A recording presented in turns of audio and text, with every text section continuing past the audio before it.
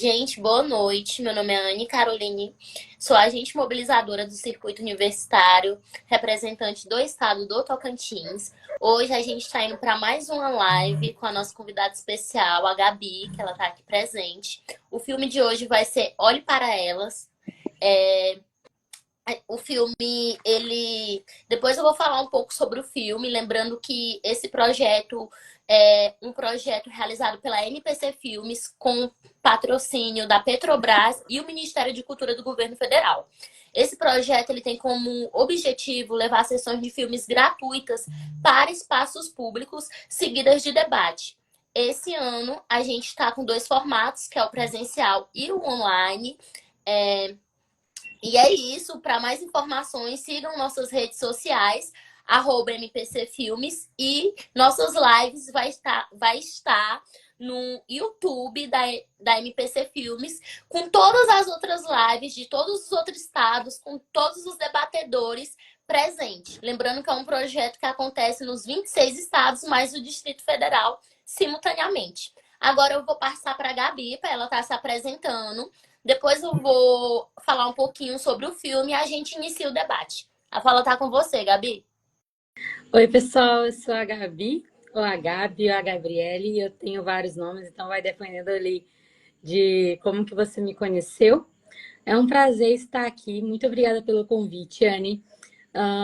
Atualmente eu sou pesquisadora na área de formação de leitores, e esse meio acadêmico é muito importante para mim, porque ele foi quem abriu portas para uma diversidade de oportunidades.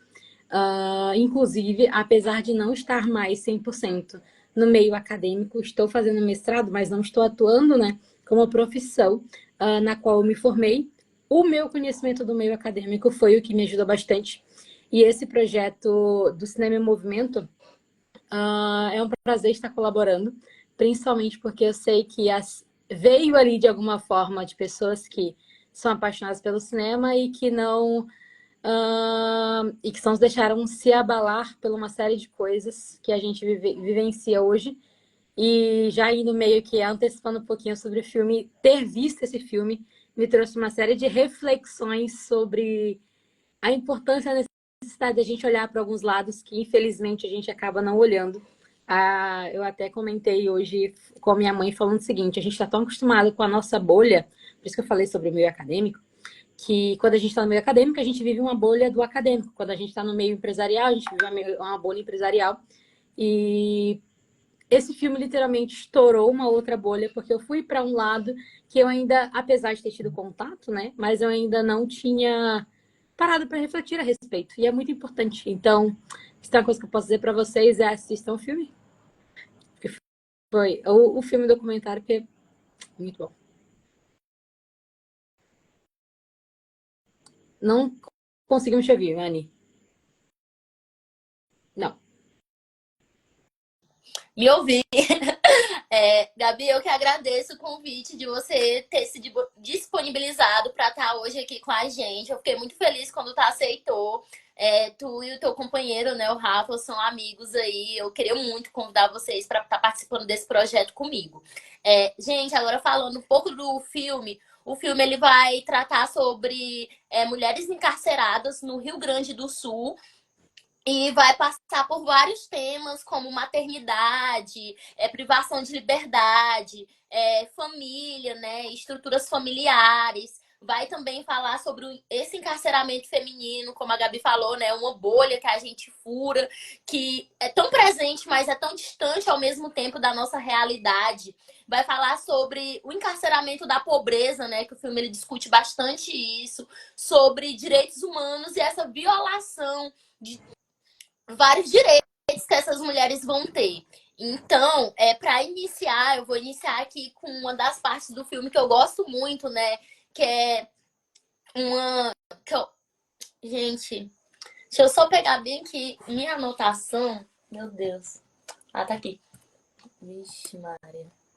Enfim, acho que dá para falar assim a anotação, porque tá com o nome lá da menina. Ai, velho. Tá aqui.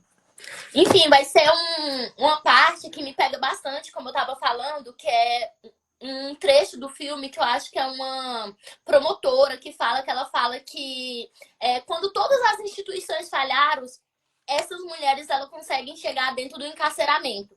E é algo que me pega, né? Porque no filme a gente mostra isso, né? Que quando essas instituições falham, o único lugar que essas mulheres elas conseguem acessar é esse encarceramento. E partindo dessa frase, eu queria que a Gabi debatesse um pouco isso, né? A falta dos direitos humanos na vida dessas mulheres, de políticas públicas que levaram essas mulheres a esse lugar. Perfeito, Anne. Cara, é muito doido porque na hora que eu tava vendo o documentário, eu tava comentando sobre algumas coisas que eu fui percebendo no documentário, comentando com o Rafa, né? Que eu não podia comentar com você, para poder, enfim, a gente ter debates aqui. E uma das coisas que mais me chocou ali, não foram duas. Primeiro, que a maioria das mulheres que participaram do documentário, elas estavam envolvidas com crimes que apesar de serem crimes por conta do sistema judicial, do Código Penal, não sei o quê, mas que a gente olha e fala assim, não precisava estar no cárcere, sabe? Então, aí vem até respondendo a sua pergunta com uma fala também da promotora que ela diz. Falam-se que no Brasil é um país onde há impunidade à solta. Mas essa impunidade, a prova dela é que tá tudo lotado. Todo o sistema prisional no Brasil tá lotado. Então, quem é que tá impune, sabe? Aí a gente volta e fala, a falta de política pública, a falta de apoio dessas pessoas que estão no sistema carcerário, que é o que você fala de o encarceramento da pobreza, é o que tá fazendo tudo isso ficar cheio. Porque tinha gente lá que estava presa, que não precisava estar preso, estava aguardando uma audiência, podia estar solta. Então, há uma questão de quê? Falta de apoio. Não há em nenhum momento ali um advogado, que é um advogado público, em nenhum momento falando por elas. Ali, a gente vê que tem um assistente social, teve uma moça que falou que teve auxílio, tem a psicóloga lá dentro e tudo mais, mas cadê o advogado? Uma das mulheres do documentário, já dando spoiler para vocês, porque eu não sei responder tanto sem dar o spoiler, ela ficou presa durante 11 meses. Ela ficou presa durante 11 meses, porque o nome dela era igual ao nome de outra pessoa condenada, sabe? Então, assim, cadê? Não é só a política pública, mas cadê o apoio? Cadê a política pública, querendo ou não, né? Cadê toda essa política que utiliza-se para punir e não utiliza-se para remediar ou para evitar? Porque uma coisa, a gente fala do encarceramento masculino. E quando a gente fala de um homem foi preso, a gente não consegue imaginar coisa leve para ele. Quando uma mulher é presa, aí a gente condena ela, tipo assim, como se você tivesse assassinado uma pessoa. E chega lá, a mulher tá presa porque roubou uma mamadeira no supermercado. Beleza, ela já era reincidente, já tinha ido outro, ok. E aí vem uma outra política pública que eles trazem ali, que é as mulheres que trouxeram o debate, elas sofreram violências psicológicas, violências sexuais, violências físicas. E a resposta que a maioria delas deram foi: eu comecei a ter dependência química muito cedo, e eu vivi na rua, eu cresci na rua, e infelizmente a única forma... Teve uma fala que uma moça falou, não lembro agora o nome, que ela falou o seguinte: quando eu estava drogada, não tinha felicidade, não tinha tristeza, não tinha dor, não tinha nada, sabe? Então, vem toda essa questão de, como você falou, o sistema realmente falhou, porque para elas chegarem nesse nível, elas não, beleza, eu tô aqui porque eu queria mais dinheiro. Não foi a fala de nenhuma delas. Eu não queria luxo, eu não queria dinheiro para poder ir para Dubai, para os Estados Unidos. Eu queria ter uma casa, eu queria... Nossa, lembrei agora de outra coisa que me doeu. Anotei bem aqui. Uma moça aceitou fazer um passe por R$ 350. O que é um passe, né? Ela aceitou ir fazer uma visita em um sistema prisional para um homem levando droga dentro do corpo dela. Porque ele prometeu pagar o aluguel da casa dela para os filhos dela terem uma casa para morar. Então, assim, a gente está falando de uma política de ausência de um suporte, não só prisional, mas todo antes disso. E antes mesmo delas chegar, é tipo assim, não vem, não tem esse contato, não tem esse espaço. E uma das políticas públicas que, pelo menos, a gente viu que não falhou, pelo menos, né, foi o que alguma delas mencionaram, foi que de alguma forma elas receberam o auxílio, que algumas mencionaram Bolsa Família dentro do documentário, porém a gente sabe que é uma política pública muito limitada, não é suficiente para sustentar uma família. Então, assim, é uma série de coisas, de ausências que, infelizmente, levaram aquelas mulheres a estarem em situações que, nossa, doeu a cada segundo, tá? Doeu a cada segundo. Eu acho que esse documentário é um dos mais tristes, assim. Sempre quando eu tô triste, eu assisto ele, porque eu choro muito assistindo esse documentário. É muito gatilho, né? E pegando aqui o gancho aqui da sua fala, né? Que eu achei muito interessante, muito potente essa fala. E eu não tinha ainda pensado por esse lado, que realmente nenhuma das mulheres ela queria ser rica ou mais rica. Todas elas estavam ali, praticaram esse crime, né? Perante o Estado para ter um alimento, para alimentar seu filho, para ter o mínimo de condição, que são direitos garantidos na Constituição. Então, tipo assim, teve mulher que foi presa porque roubou o mercado, estava tentando roubar, eu acho que. Depois eu fui pesquisar o caso dessa mulher, que é o da família, né? Onde as meninas estão lá do lado de fora esperando a mãe. Ela tá simplesmente presa porque o cara denunciou ela que ela tava roubando uma picanha. Tipo, poderia ser outra carne, menos a picanha. E por isso ela ia ter que pagar o crime que outras pessoas fizeram, porque ela tentou roubar essa picanha. Então a gente vê que é tipo assim, o mínimo que essas mulheres estavam ali tentando roubar ou roubaram ou utilizaram, né, para estar naquele processo ali de encarceramento. Eu acho que também lembrando o primeiro caso, né, que é o da mãe, onde que ela entra no crime para poder sustentar a filha que tem deficiência. É muito gatilhos, né, nesse filme. E partindo dessa tua fala também, Gabi, já tocando aqui no nome da mãe e tudo mais, a gente vê que o filme ele aborda essa questão da maternidade, tipo assim, muito mesmo, né? Que ele vai falar sobre essa separação que tem das mães e do filho devido a esse encarceramento. E quais são esses impactos emocionais dessa separação? Como o filme ele vai falar isso?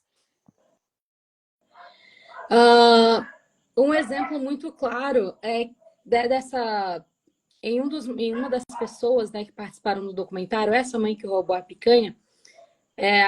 carne, as filhas, porque o sistema prisional, pro feminino pelo menos, hein, o que apareceu lá, ele pareceu ser menos segurança máxima do que o masculino, como a gente está acostumado a ver.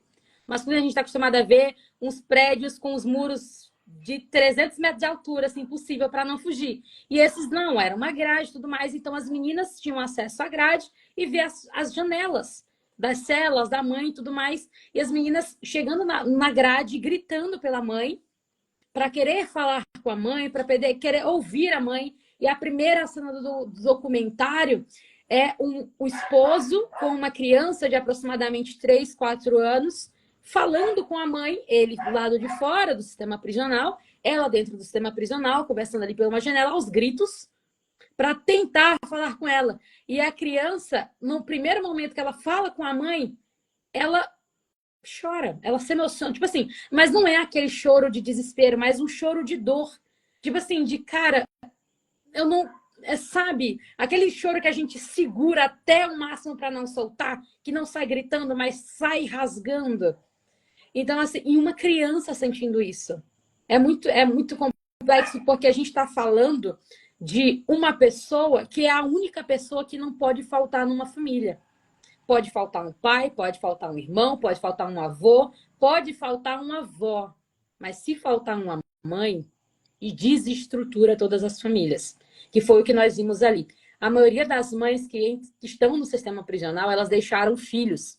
E elas falam que os filhos, alguns, né, que eram menor de idade, estão com pais, Uma mãe retratou o medo da criança estar com o pai biológico. Alguns estão com o avô, tem gente até que está com um amigo porque não tem essa pessoa para cuidar.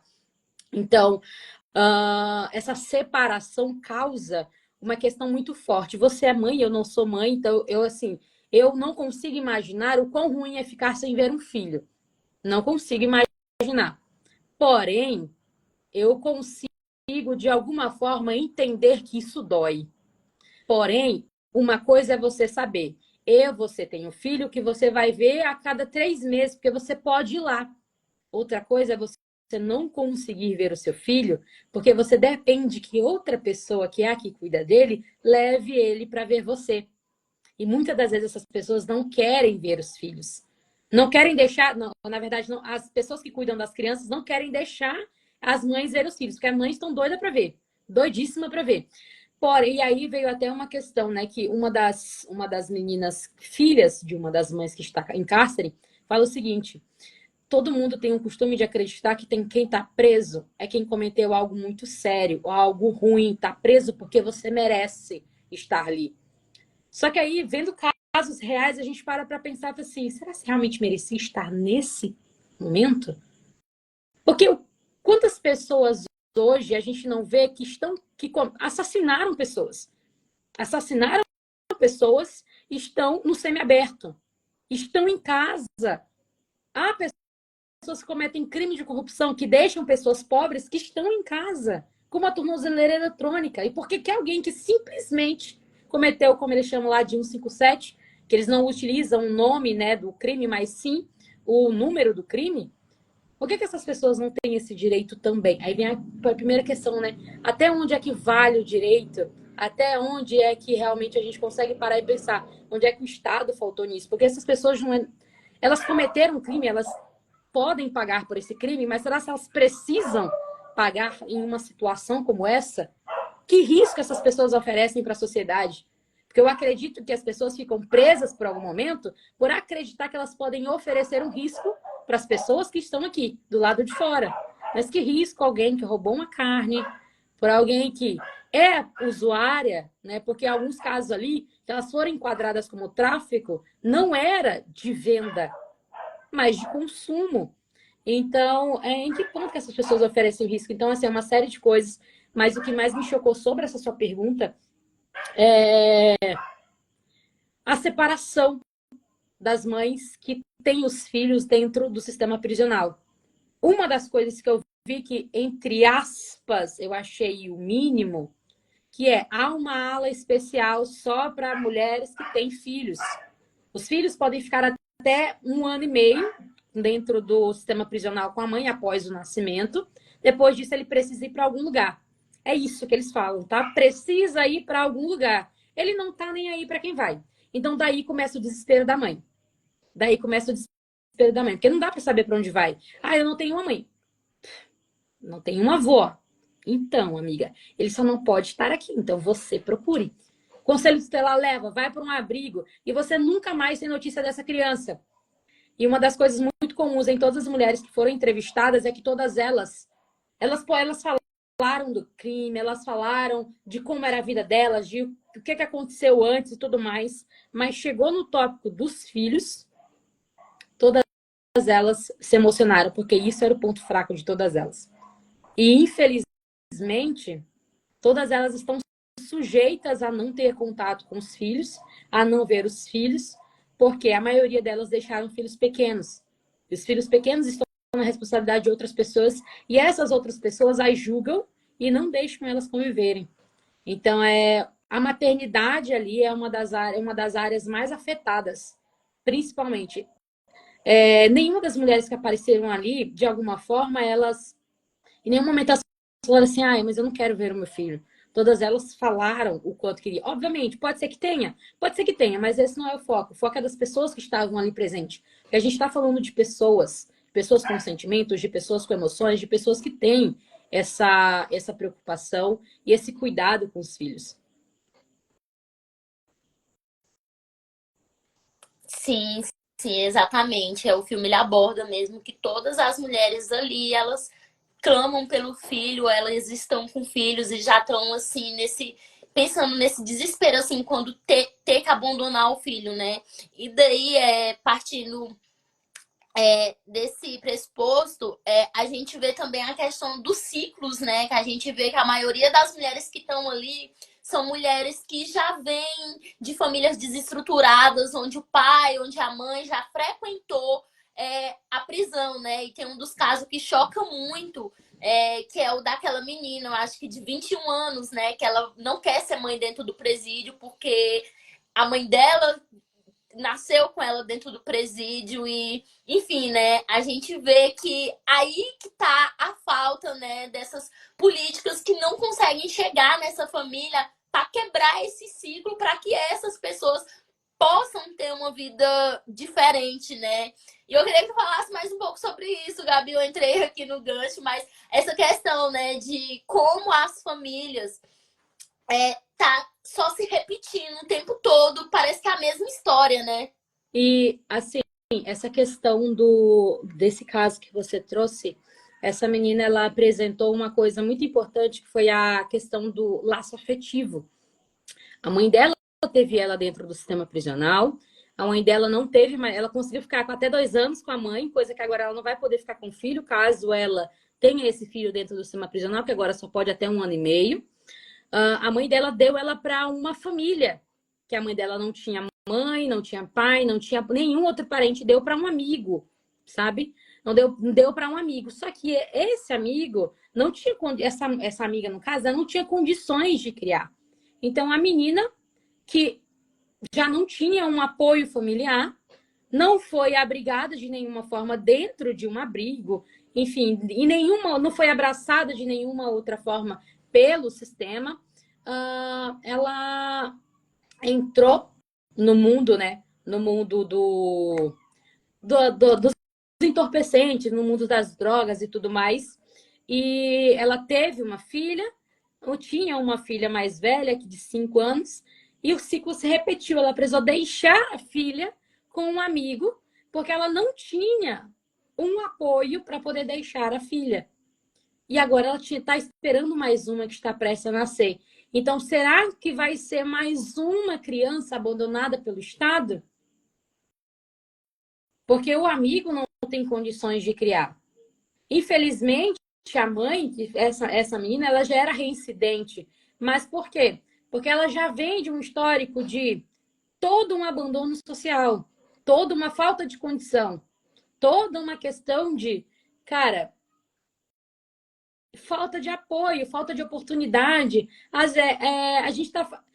Eu estou trazendo muito esse lado de assim que isso foi uma ausência de algumas coisas, porque pela fala das pessoas nós conseguimos ver que isso não foi assim, eu vou para a festa e vou usar êxtase. Eu vou para a festa e vou usar não sei o quê. Eu tenho dinheiro, eu vou usar cocaína, crack, não sei o quê, não sei o quê. Como a gente vê em algum... Quando a gente fala de drogas, né? Nos filmes é abordado...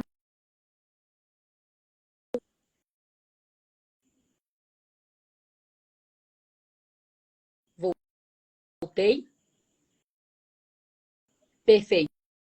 Nos filmes, há uma abordagem, há uma romantização da droga, do tipo que eu posso ir e voltar quando eu quiser. Quando, na verdade, essas mulheres são as provas vivas de que nem sempre. E dependendo do nível de condição que você tem, você realmente não consegue voltar. Você não tem outras opções. E, às vezes, a opção que você tem para você se sustentar é você, de alguma forma, se prostituir ou você aceitar vender para poder ter alguma outra condição. Então, é muito complexo, porque isso é um ciclo. E isso foi comum em todas as mulheres que foram enquadradas pelo crime de tráfico, porque, porque todas elas retrataram essa necessidade, esse entrar no mundo das drogas, né? Por alguma... tipo assim, não vou entrar para me divertir. Nenhuma delas trouxe essa fala, sabe? Sempre foi eu não tenho outra outra vida, não tenho outra condição assim. E teve até um caso de uma menina que ela falou que o esposo dela segurou ela, colocou um cachimbo na boca e acendeu o cachimbo de crack, sabe? Para ela ficar viciada também. Então, a gente está vindo também de um histórico de violência, que isso também impacta significativamente nessa questão. Então, é um ciclo vicioso que, infelizmente, é comum no meio lá onde elas estavam. Né? Foi comum, na verdade, entre as mulheres que falavam esse ciclo. E a gente para pensar quantas outras pessoas não foram afetadas por esse ciclo. Porque ali a gente tem nome de, eu acho que umas 20 mulheres. Mas o sistema prisional, eu até tirei print, mas não consigo acessar o celular agora. Mas o sistema prisional brasileiro tem muitas mulheres. Muitas mulheres. Tipo assim, é gigante, sabe? A quantidade de mulheres encarceradas. Então é bem. Desculpa, é bem complexo. Sim, e como você citou, né, o caso do cara que viciou a própria companheira nas drogas, a gente vê que o filme ele também vai abordar essa questão do machismo e do sexismo, né, que por trás de todo esse envolvimento de cada uma daquelas mulheres tem uma figura masculina ali envolvida a essa mulher chegar num encarceramento, né? A gente vê que tem esse papel do homem ali presente. A gente tem alguns comentários aqui na live. O Rafael falou excelente resposta, bala mesmo. E agora a gente tem. Rafael falou também justiça apenas para alguns, né? A Maria Otília colocou aqui maravilhosas, pretas. E o Elito, ele perguntou, né, a questão das mulheres pretas ali no documentário. É, poder mostrar um pouco essa estatística, né? Que o documentário ele vai trazer também. Cara, eu vou falar uma coisa aqui. Eu comentei com o Rafa por alto. Isso aqui não é sobre. Eu não vou isolar, né? Mas é um comentário, então, assim, a margem de interpretação. A minha interpretação, Gabriele. Esse documentário foi feito no Rio Grande do Sul, onde a maioria da população é branca. Então, a maioria das mulheres que estavam no sistema carcerário era branca. Pelo menos as que apareceram no documentário, tá? As que apareceram no documentário eram brancas. Então, de 10, 2 eram pretas. Ou tinha ali as pessoas pardas ou pessoas de pele clara, com cabelo crespo, cacheado. Mas, se esse documentário tivesse sido feito na região de São Paulo, em outras regiões que a população não é majoritariamente branca, a gente teria visto muito mais mulheres pretas encarceradas, ou pelo menos um documentário, do que mulheres brancas ali. Então, é um recorte social, mas que a gente. E aí, um recorte social que a gente só reparou a potência do peso de uma mulher preta quando uma mulher deu fala dela, ela já não está mais dentro do sistema carcerário, mas ela está fora e ela quis mesmo assim participar do documentário que ela fala o seguinte: ela foi encarcerada, ela estava com o filho dela de 4 anos, a polícia chegou, pegou ela, colocou dentro do camburão, eu chamo de camburão aqui no Maranhão, né? Colocou ela dentro, né, do negócio de trás, fez isso com o filho dela de 4 anos, uma criança que não havia culpa de nada. Era uma mulher preta, de pele retinta mesmo, sabe? Não era nem tipo assim. Não era pele clara de forma alguma, era mulher preta mesmo. E ela fala com todas as forças que o que fizeram com ela foi violência, porque ela foi sufocada com sacolas, ela foi agredida, ela foi parar no hospital. A forma como foi abordada. E das mulheres que trataram essa violência ao ser encarcerada, as que mais falaram de que foram mais violentadas, fisicamente falando, foram mulheres pretas. Teve um caso de uma moça que ela foi acusada e julgada e condenada, então ela foi condenada por ser ajudante do marido ao matar o filho. Porém, dentro dos autos, nos mesmos autos que dizem que ela ajudou o marido a matar a criança, informava que ela não estava em casa, que ela estava trabalhando. Em todas as instâncias que ela foi julgada, em nenhum momento ela foi absolvida por não estar no momento do crime.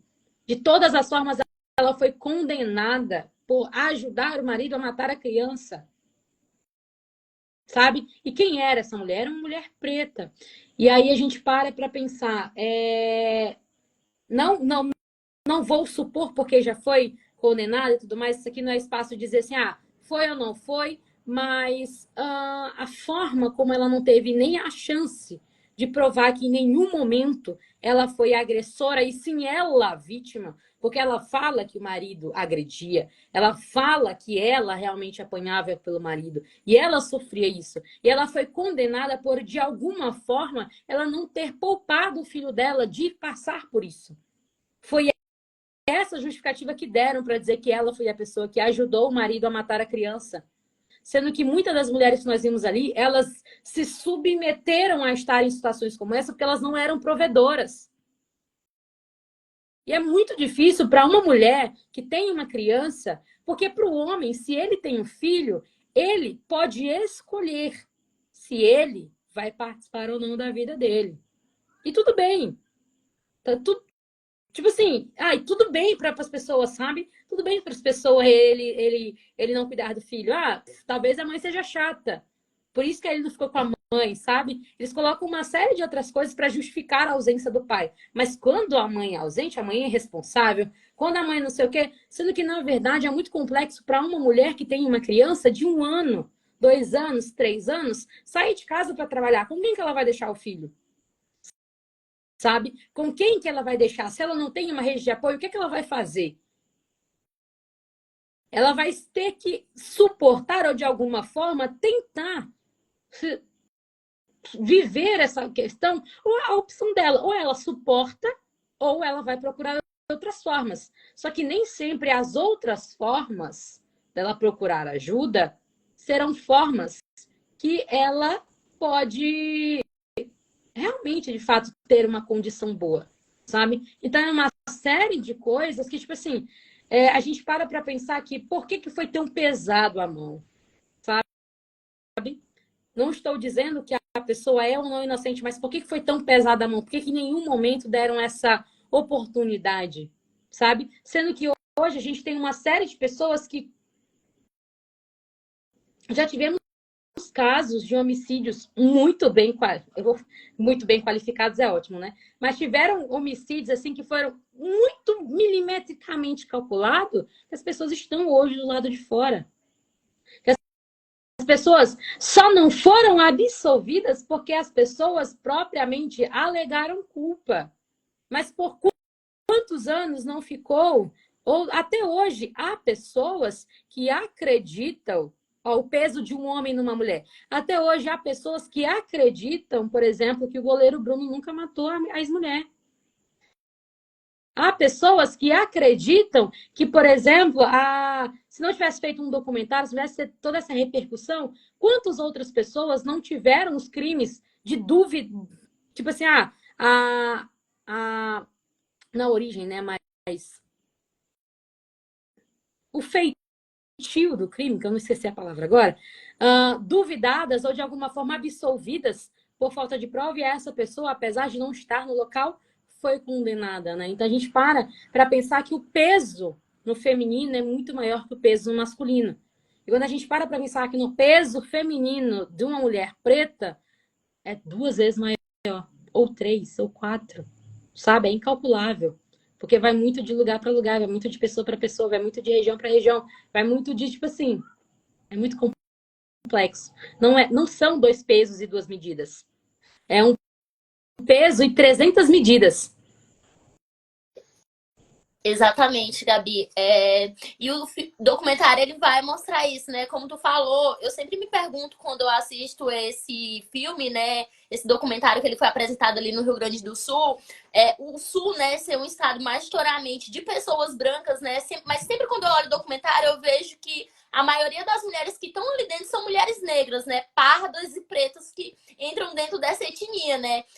Igual você falou, tem mulheres de pele clara, mas tem traços negroides, que são cabelo, nariz, boca. Tem mulheres de preta retinta. Então a gente vê uma presença forte ali, né, da raça.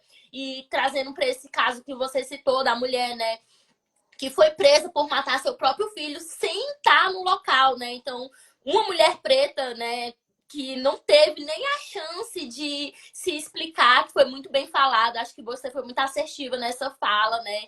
De trazer a questão dessa mulher, que ia ser a próxima pergunta, mas você já conseguiu aqui responder essa questão do machismo, né, presente, porque eu sempre me pergunto, né, e se trocassem os papéis? Tipo, será que esse homem estaria preso? Porque já provou que ela não estava no local do crime e ela foi presa pelo simples ato, como você citou, de simplesmente não proteger o filho dela da situação que ela vivenciou de violência várias vezes, né? É como ela não conseguisse proteger o filho dela e ela foi culpada por isso, sendo que o pai era próprio filho, o pai era pai sanguíneo da criança também, e o pai estrupou a criança. Cara, eu acho que esse caso me Um choca ano e muito. meio. Me choca, E assim, era um de menino, todas as não era formas. uma menina, Era. sabe? Era um menino.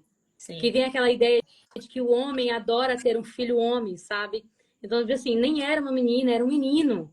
Um menino de um ano e meio, sabe? Uma tamanha crueldade. Amém.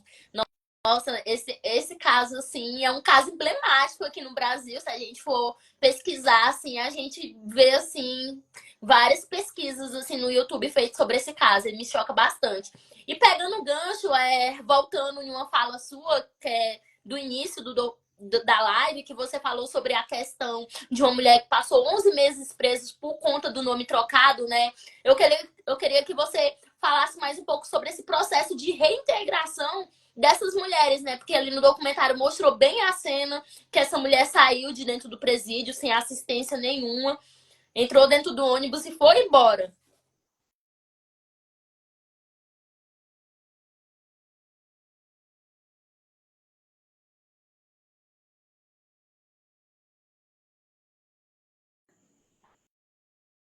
Ah, perfeito. É muito complexo porque o próprio documentário ele não fala desse processo de reintegração, né? Mas ele traz uma sensação de eu estou sentindo o cheiro da liberdade.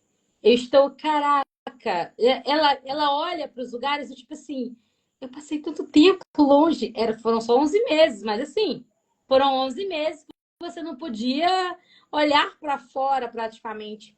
Então ela olha tudo aquilo com um sorriso, com uma felicidade, tipo assim, caraca, finalmente, sabe? E ela solta uma fala na hora que ela tá saindo, porque como eu falei lá no começo, as grades são grades, não são muros, né? Então ela passa e as meninas da janela veem ela saindo. Então ela fala assim, ó, amanhã é o dia de vocês. Então, apesar dela ter passado por uma injustiça, isso foi uma injustiça, porque ela foi presa injustamente, ela não deixou de crer que há ainda chance da possibilidade de um apoio, sabe? Porque ela só conseguiu isso por conta que eu acredito, né? Que ela teve apoio de pessoas que ajudaram a comprovar que não era ela teve apoio de pessoas que foram atrás. Então ela ainda acredita que há a possibilidade de ter uma reviravolta. Então ela fala isso com muita esperança. Uma esperança, e eu acredito que é uma esperança que todos nós ainda temos em muitas coisas nessa sociedade. Que muitas coisas ainda podem mudar, que muitas coisas ainda podem se adaptar, porque é possível. Então assim, é uma coisa muito, muito complexa. E eu não sei se está na sua pergunta, mas você mencionou anteriormente sobre machismo e traz uma separação muito, muito, muito nítida. Uma fala que uma mulher fala assim, mulher é boba, tem sentimento, né? Aí ela fala isso para justificar uma coisa. Se a gente postar no Google agora, mulheres, foto de mulheres visitando os maridos no sistema prisional, vai ter uma fila. Mulheres se sujeitando a uma revista íntima, sujeitando a uma série de humilhações, porque essa infelizmente, é uma humilhação. Você literalmente ser violada de alguma forma para poder você ter ali um momento para encontrar a pessoa que está ali. E aí a gente para e olha no sistema prisional feminino. Quantos homens? Ela usa até um exemplo, tá? Tínhamos 75 mulheres e apenas 7 homens vieram visitar essas mulheres. Por quê? Ele não aguenta um mês e já arruma outro. E as mulheres mulheres? Não, as mulheres são fiéis. E é por isso que pega tanto, e por isso que choca tanto um documentário sobre o sistema prisional feminino, porque as mulheres, a gente querendo ou não, a gente tem esse lado mais sentimental, a gente tem esse lado mais emocional, a gente tem esse lado que a gente, apesar de serem taxadas como sexo frágil, a gente é muito forte. Porque a gente aguenta muita coisa que as pessoas não fazem ideia do quanto que a gente aguenta. E aí a gente acaba sendo forte para as outras pessoas, e quando nós precisamos que outras pessoas sejam fortes para que a gente consiga lidar com tudo isso, não temos. Então, isso é uma coisa que eu percebi que também no documentário teve muito essa marca. A ausência do apoio masculino para as mulheres que estão ali, porque a maioria delas tinham parceiros, sabe? Então é muito complexo. E eu acredito que de todas as pessoas que passaram ali, de todas as mulheres, apenas teve uma mulher, que foi o homem que apareceu no começo do documentário, que ele estava ali para falar com a mulher. Nenhuma das outras mencionou o parceiro em nenhum momento, sabe? Então é muito marcante. Na verdade, a gente vê uma série de, de coisas que a gente para e pensa assim, cara, por quê? Sabe? É isso mesmo, eu não acredito que isso acontece. Aliás, acredita, só não quero aceitar que isso acontece, né? Sim, exatamente. Essa questão do abandono, né? Tanto essa fala também me choca bastante, que ela fala, né, que mulher é boba mesmo. E tipo, a gente vê que há esse abandono, mas isso tem muito a ver também relacionado com a questão de gênero, né? A gente vê que, igual você já citou, né? Tipo, a família, muitas das vezes, que fica com a criança não vai ver, né? A mulher, então a mulher ela sofre esse processo de solidão. Eu acho que também por causa da questão do gênero que é marcado, né? Porque a mulher não pode errar. Tipo, um homem ser preso, tudo bem, mas quando é uma mulher, choca a sociedade. Tipo, nossa, ela é criminosa, nossa, ela é viciada, né? E partindo disso, a gente vê que o Estado também, novamente, ele não vai fornecer para essas mulheres nenhum básico ali para elas sobreviverem, né? Igual muitas das falas ali no documentário, porque elas não recebem visita, então, tipo, é, como elas não recebem, geralmente é a família que leva o básico ali para elas, né? Que é o absorvente, que é alguma coisa que elas necessitam, sabonete, tudo mais. E os homens, eles recebem essas visitas das mulheres que levam várias coisas para eles e tudo mais. E daí, novamente, a gente vê essa questão do Estado não fornecendo esse básico. Acho que tem uma cena no documentário que o cara vai falar, né? Que elas pegam o miolo do pão para usar como absorvente. Nossa, eu, tipo assim, fiquei aterrorizada, assim. Por conta que elas não têm o básico nem da família, nem do companheiro. E chegando ali para próximo a terminar a live, né? Vou deixar contigo aí para tu falar sobre essa questão de gênero e também sobre essa solidão ou algum aspecto que ou alguma parte do filme que te impactou demais nesse documentário. A fala tá livre aí, Gabi. Muito obrigada, Anne. Durante todo o documentário, a coisa que mais impactou, assim, significativamente, foi o quão todas elas estavam ali, mas elas estavam com um motivo para sair. Teve uma senhora que ela foi presa ela foi condenada por ser mandante de tráfico. Ela ficou tipo assim, sou chefona, cara. Tipo assim, ela foi condenada achando que era isso, né? Pelo menos a galera condenou achando que ela era. E aí ela solta uma fala, agora que já foi condenada, então as outras pessoas que estavam envolvidas não podem ser presas. Então agora ela fala isso. Ela fala que ela não teve opção. Ela teve que aceitar essa condenação para que os filhos pudessem viver aqui fora. Elas usam muito o termo na rua, né? Para que os filhos possam viver na rua.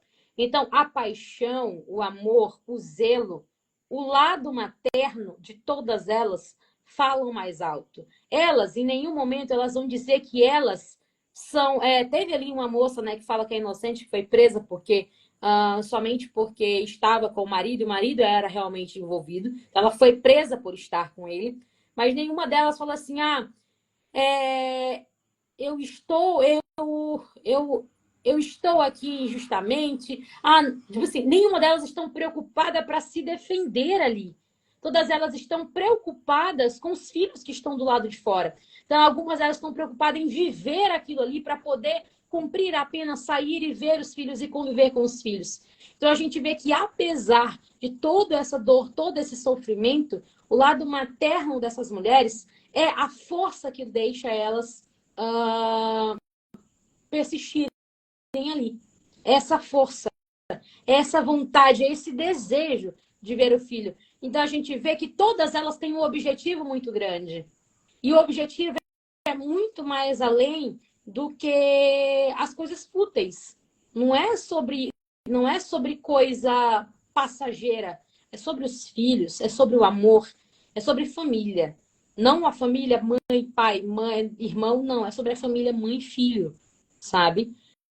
Ali foi muito forte. E todas elas estavam lutando para justamente. Porque, infelizmente, o que acabou levando elas ali foi o próprio amor aos filhos, para tentar dar uma vida melhor para os filhos. E o que mantém elas ali ainda é esse amor, esse cuidado, para que os filhos tenham essas condições, né? Porque ela sabe que ela saindo dali, ou ela dizendo quem foi a pessoa, ela pode muito bem perder os filhos. E o que também pode acabar com elas ali dentro do sistema prisional é saber que os filhos não estão bem.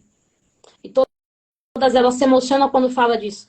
Então, é uma coisa que me pegou bastante esse... Todos nós temos um porquê e um pra quê. E é esse porquê e pra quê que nos mantém vivos.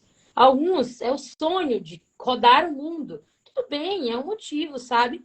Então, todas elas sabem muito bem o pra quê e o porquê. E é isso que nos mantém vivos. E aí vem uma mensagem que não tem nada a ver com o documentário, mas que me fez refletir muito, foi o quanto nós estamos vivendo em uma bolha, o quanto nós estamos acostumados com a nossa rotina, com o nosso dia a dia. E quando algo desses nos pega, a gente para refletir o quanto nós temos ao redor. Eu não venho de uma família 100% estruturada. A minha família é eu, a minha mãe e a minha irmã. Eu sempre digo isso. Porém, eu sou uma. Eu tive condições que outras pessoas que tiveram situações semelhantes a mim não tiveram. E, infelizmente, não tiveram os mesmos caminhos. Por quê? Porque, felizmente, de alguma forma, apesar de eu não ter tido uma família estruturada, como a gente está acostumado, né, essa determinação ali de ter sempre duas pessoas cuidando, um casal cuidando, né? De alguma forma, isso eu acho que também vem muito da época também que eu nasci, né? A época que eu nasci, as pessoas davam um jeito de conseguir se virar com tudo. Era vendendo alguma coisa na rua, era vendendo uma coisa na rua. Hoje em dia não é tão fácil assim. Então também acredito que a época que eu nasci contribuiu muito para muita coisa. Então não é só uma coisa mesmo do tipo, exige, a gente teve, eu vou falar sorte, mas eu sei que não envolve sorte, mas nós tivemos a sorte de ter a condição que nós temos hoje. Mas nem todas as pessoas tiveram essas mesmas condições. E o que é que nós estamos fazendo para reverter ou, de alguma forma, ajudar essas outras pessoas? Em que momento eu, como cidadã, faço para que outras pessoas tenham, de alguma forma, um pouco de condições para que não voltem para o mesmo caminho, sabe? Há projetos, há uma série de coisas, há a própria contribuição, né? Hoje a gente pode contribuir de alguma forma. O imposto que a gente contribui, um voluntariado que a gente contribui, um projeto social que a gente contribui. E muitas cidades têm isso. Na minha cidade, por exemplo, não tem, mas eu sei que no Tocantins tem, que é o projeto Ler para Libertar. Então, de alguma forma, a gente senta e contribui. Então, quantos nós estamos preocupados com as outras pessoas que participaram, vivenciaram situações de invulnerabilidade social? Então, a gente precisa parar e estourar um pouco a nossa bolha para a gente olhar para o redor e ver que o mundo não é somente a minha casa e a minha família e os meus amigos. É um pouco mais além. Eu me perdi, mas numa falha ali, mas é aquela questão do não quero ser, porque algumas falas são mal interpretadas. Então, mas é isso que eu queria dizer para vocês. A gente precisa parar de olhar somente para o próprio umbigo. Umbigo. Eu acho que é isso. Tudo bem, Gabi. Sim, exatamente. Eu, quando assisti também esse documentário, foi uma bolha assim, furada, assim, que eu até comecei a pesquisar onde tinha presídio feminino, porque eu nunca parei para pensar se tinha presídio feminino aqui por perto da região, né? Gabi, eu agradeço demais sua participação, de ter aceitado o convite de estar hoje aqui na live, de estar participando desse debate, de ter contribuído de forma assim positiva para esse debate, essa troca de conhecimento. Com fala tão assertivas assim. Só agradeço a tua presença. É, enfim, eu acho que é um documentário assim que indico para todo mundo assistir, porque é um fura-bolhas assim total. E te falar que a gente está aqui de porta aberta, vou te chamar para o presencial, próximo Cinema em Movimento. E é Simbora! isso, obrigada. Obrigada, Anne.